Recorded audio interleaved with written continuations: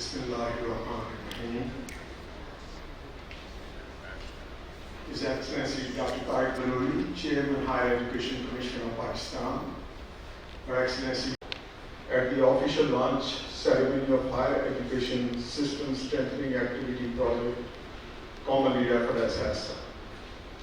Let me very briefly update you on the USAID funded project, which has been designed as a partnership between the government of Pakistan and USAID to address key challenges in the higher education sector. Its emphasis consortium also has two more partners, which are University of Alabama and as well as Institute of International Development. Ladies and gentlemen, the philosophy underlying the HESSA project is that other than following the ecosystem approach, our work under HESSA project is guided by three other principles. And one is that its emphasis is on coordination with multiple actors involving HEIs, policies and regulatory bodies, private sector and employees. Second is the scale of its operations, meaning working with a wide spectrum of support capacity building efforts at all three different levels or the functional layers of the university, which is the leadership, the faculty, and the students.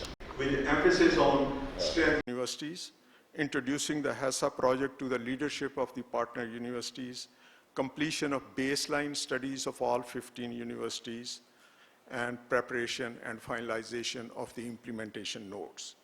We have also formalized implementation obligations and responsibilities through the letter of intents with almost all the.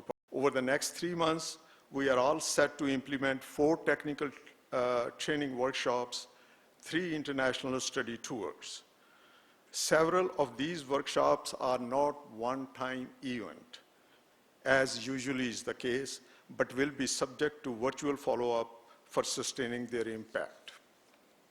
Ladies and gentlemen, we are mindful of the fact that capacity development needs of HESSA partner universities vary, given their baseline situation.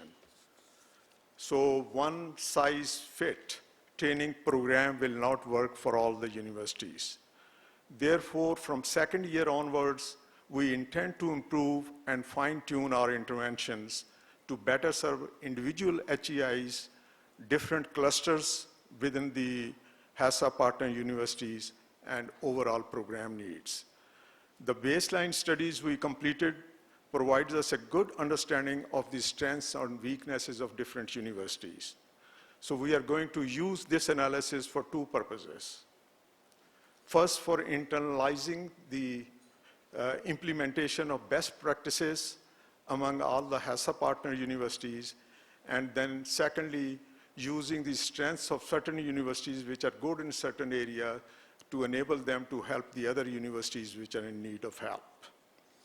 And during this year's plan also includes an international summit on higher education sustainable development and a dialogue series on higher education. We will have a group of 40 to 50 people at different levels trained under HESSA.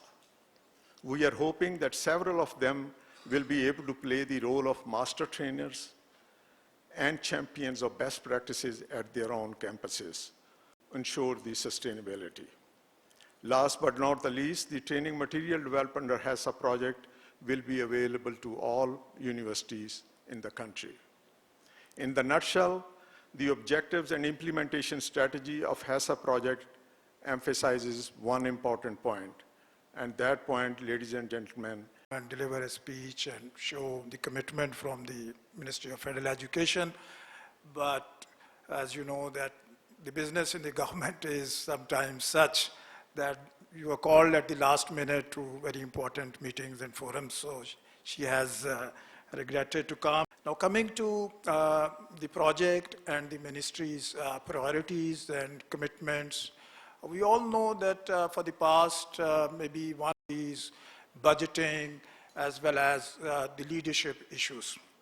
So in fact, what the ministry thinks that the bottom level reforms at the unit level or at the organizational level or at the regulator or service provider level, which the HEC is, they are, of course, very important and essential. But once we see, as the HESSA's, the change or the theory, change of theory indicates, that this has to be seen as a whole ecosystem and as something of a systemic challenge, which of course then includes the governance structures at the top, including the ministry, the bureaucracy, and as well as the parliament, as well as the Prime Minister's office. So unless we see what kind of commitment comes from the top, the bottom level reforms will not create that kind of impact. So we have requested HESSA to include, in fact, the kind of top level issues which are really required to address a meaningful reform effort. And within that, Dr. Tariq Banuri has been very, cognizant of the fact that we need to initiate many reforms. I would be more focusing upon the recent, the crisis faced by many public sector universities in terms of their financial defaults and in terms of their, various issues, whereby the government has been continuously asked to increase budgeting. And in fact, the finance or the ministry always looks at what is happening at the bottom. So if there is a leaking bucket down below, even if you increase budgets, I mean, the government is almost spending now more than 100 billion plus rupees for HECs and the universities. Of course, it's very low in terms of allocations by many other, partner countries, and this definitely needs to be increased. But simultaneously, we see that the universities, in the name of autonomy, have somehow created such structures which have, perpetually benefited themselves only.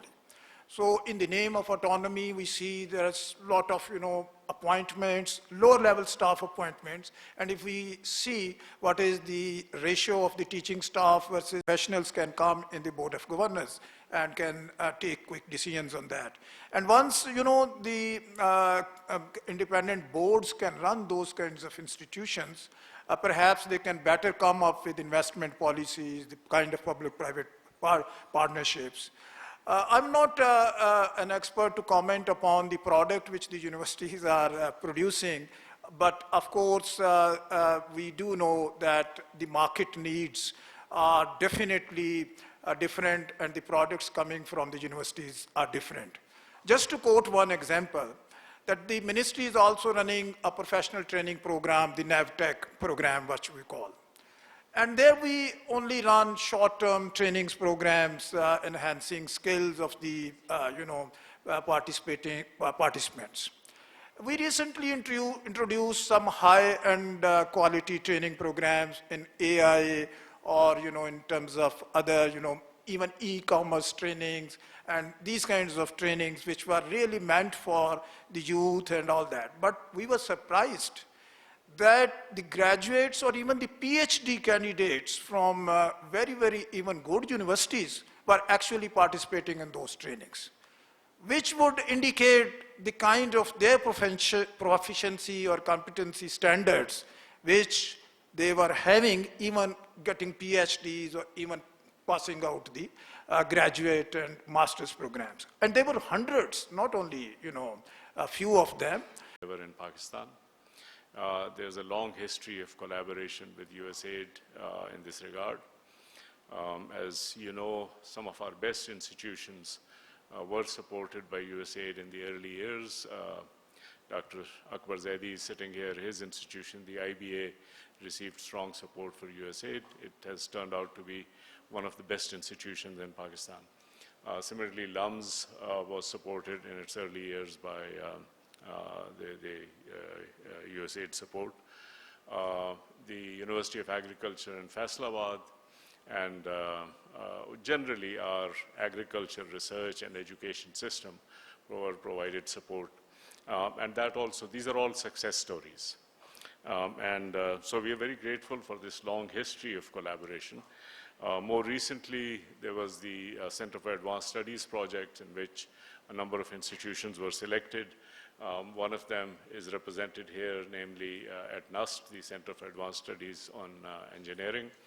And again, that is one of our success stories. That's the institution that we are continuing to look up to and would like to keep on supporting as it moves forward. So I believe that this has been a very successful partnership, and we are very happy that this partnership is continuing under the aegis of HESSA. As you know, the goals of the higher education system are very simple: access, quality, and relevance. I think Wasim mentioned them in his previous remarks. In fact, that's just one goal. Access without quality and access without relevance are meaningless. We actually want quality to be at the center of the access. We don't want poor children to get poor quality education and be condemned to a life of poverty and misery, and others to get good quality education. We want people to get quality education more generally. On the relevance issue, we are very keen that it should be education system. When I took over the Higher Education Commission, one of the things that I'd set out was, given this goal of access, quality, and relevance, to think in terms of both strategies and instruments. In terms of strategies, we divided this into 5 components. Quality itself, which is not only a goal. Number 3, academic freedom. Academic freedom is fundamental to the real functioning of universities. I beg your pardon, that was number 4. And service to society. A university is there are people who know things, they should provide research and other forms of support to society. So this is a kind of a 5-point strategic agenda. In terms of this,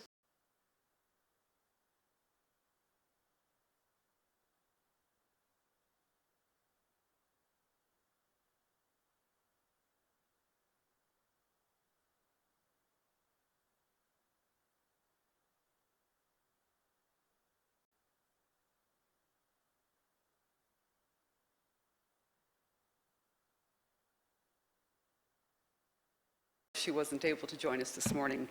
Also, greetings to the university vice chancellors, academics, thought leaders, and colleagues. It is my pleasure really to be here today with the government of Pakistan and higher education stakeholders to celebrate the inauguration of the Higher Education System Strengthening Activity. I'll call it HESSA here on out, just for brevity. The higher education institutions play an increasingly vital role in our global economy. They facilitate upward mobility, promote positive social change and economic benefits, and help prepare young people for their futures. University programs that are closely aligned with the needs of the local economy can ensure that graduates have the right mix of skills so they can find jobs after graduation and contribute to their families, their communities, and their countries. Universities also give women and girls opportunities to dream big and build the kind of lives they want to lead in a very rapidly changing world. In Pakistan, the higher education system has shown tremendous growth over the last 20 years, establishing new universities, developing campus facilities, introducing new academic programs, and producing more graduates than ever before. Thank you, Dr. Banuri, for recognizing USAID's previous collaborations on institutions such as the University of Agriculture at Islamabad, the Agriculture University of Peshawar, LUMS, IBA. Those are all indeed acts of love and works of love and collaboration between my predecessors and your predecessors, and they have evolved over time. Partnering with U.S. universities together, we established the centers also of advanced studies to bring together the best minds in academia, government, and the business community to find solutions to some of Pakistan's most pressing challenges: water, food security, and energy. These collaborations are thriving today, and I'm pleased to note that our collaboration to create the Center for Advanced Studies in Energy has helped your National University for Science and Technology gain global recognition as the 4th best program in the world for affordable and clean energy. And that is just a wonderful, wonderful accomplishment. I would like to also just underscore Dr. Banuri's point about leadership, and I'll just give a brief anecdote from 30 years ago when I was a very young woman starting my career in development, and I was given the job of evaluating evaluations. Now that sounds very dry, but it was a room full of project evaluations of USAID projects. And so there was a team of us young researchers who had to pore through these rooms full of all these documents and try to understand what contributed to the success or failure of programs, because we want to learn. And invariably, one of the common themes in successful programs was leadership. You could have maybe a poorly designed program, a lot of things going wrong, but if you had very good leadership, dynamic leadership, it really did help with success. And I absolutely agree that leadership is fundamental in our university system as well to keep it very dynamic. And to meet the challenges of the future, we need to sustain and further improve higher education systems. USAID is proud to collaborate with the Higher Education Commission and Dr. Banuri on this program. Through this program, Pakistani institutions will partner with U.S. universities to integrate the best practices in teaching, research, governance, and sustainability. The HESSA will build stronger Pakistani universities that offer the education and research experience students need to be more employable in the local market, and also just to be well-educated people. Sometimes I think that that is undervalued, having a person who is a well-educated individual, and that person will be making a contribution in their society in immeasurable ways, and so I just want to recognize that as well. We want to help to prepare talented young people to be, as I said, to be well-educated and also to find jobs and launch their careers. It will also support the needs of industry, increasing hiring and productivity and further stimulating economic growth. As we saw earlier, 15 public universities from all provinces in Pakistan have been selected as partners in this program. They will be known as HESSA Partner Higher Education Institutions, and they will receive direct technical assistance through this program. 5 of the HESSA Partner Higher Education Institutions are women's universities. At USAID, we know that supporting women in higher education not only expands their employment opportunities, but it also improves civic engagement and allows entire communities to thrive. Through faculty exchange on the importance of relevance. These HESSA partnerships will not only improve the individual Pakistani universities, which is important, to strengthen the educational experience for Pakistani students and making them more employable in the rapidly changing global economy, but it will also help those institutions prepare to lead upcoming discussions on the system. Distinguished guests, on behalf of our team at the University of Utah, the University of Alabama, and the Institute of International Education, I would like to offer our sincere gratitude for your support and USAID's Higher Education System Strengthening Activity, or HESSA. We are proud and excited to be part of this latest partnership between the government of Pakistan and USAID to address key challenges in higher education sector with the emphasis on making students more ready for advancement in the workforce. This is truly a unique and comprehensive project. Rather than focusing on one sector of a university's environment, we are addressing everything from the vice chancellors all the way down to student services. I really can't express how novel, how unique this effort is in terms of sustainability.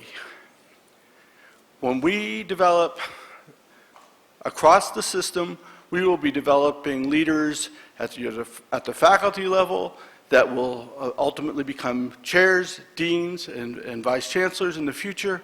And that in itself will make this an everlasting project that will transform higher education system in Pakistan forever.